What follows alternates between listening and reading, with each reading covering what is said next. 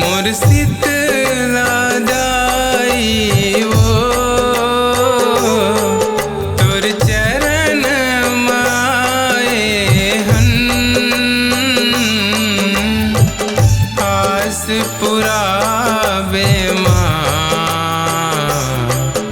अर्जी गोहराए हन हम लइका हरन तोरे तिही महतारी वो सगरो जगत के माँ तैं पालन हारी वो सगरो जगत के माँ तैं पालन हारी वो।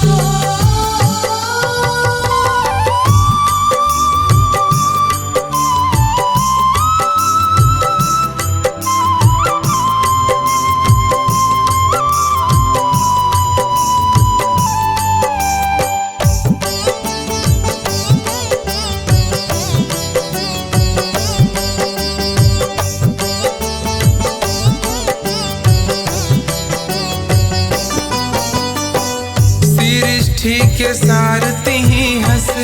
अटल कुंवारी वो हिंगलाज माँ विराजे आदि महतारी वो हिंगलाज माँ विराजे आदि महतारी वो। रूप स्वरूप है मनहर दिखे गोरी कारी वो कोनो कैथे महागौरी भोला के तनारी वो कौन हो गई थी महागौरी भोला के तनारी वो। चंदा स्वरूप है तो सत के तह हरस अंजोर तो रचरा के छैहा दुलार ला पाए हन आस पुरावे माँ अर्जी गोहराए हन आस पुरावे माँ अर्जी गोहराए हन।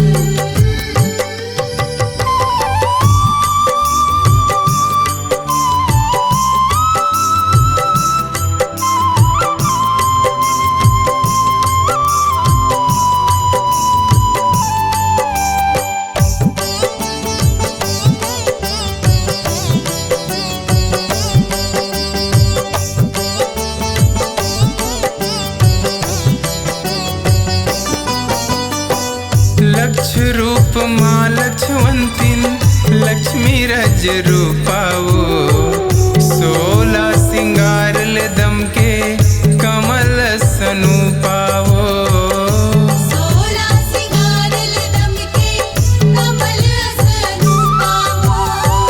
बिन दया दान धर्म के लागे जग अजूबाओ तीनों रूप समाए बन के अनरूप अनुरूपाओ तीनों रूप समाए बन के अनरूप अनुरूपावो। माया रुख के हरस छैहा आसाला पुराए मैया कृपा सौहे बरसे तोर तीर माहिताए हन आस पुरावे माँ अर्जी गोहराए हन आस पुरावे माँ अर्जी गोहराए हन।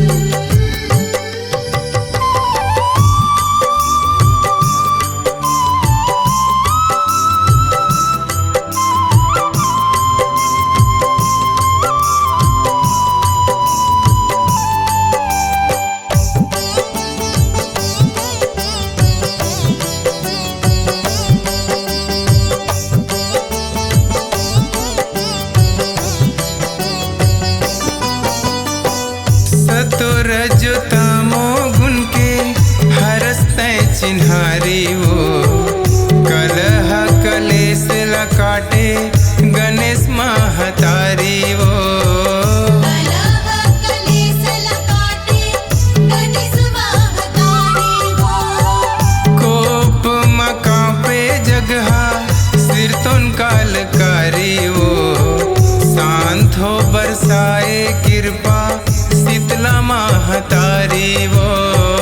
साधो बरसाए कृपा शीतला महतारी वो अंगना माँ बाजे मृदंग मोनीलाल विजय राज संग पढ़ा ज्ञानी हरन तुर पवरी माए हन आस पुरावे माँ अर्जी गोहराए हन मोर शीतला दाई वो तोर चरण माए हन आस पुरावे माँ अर्जी गोहराए हन हम लइका हरन तोरे तिही महतारी वो सगरो जगत के माँ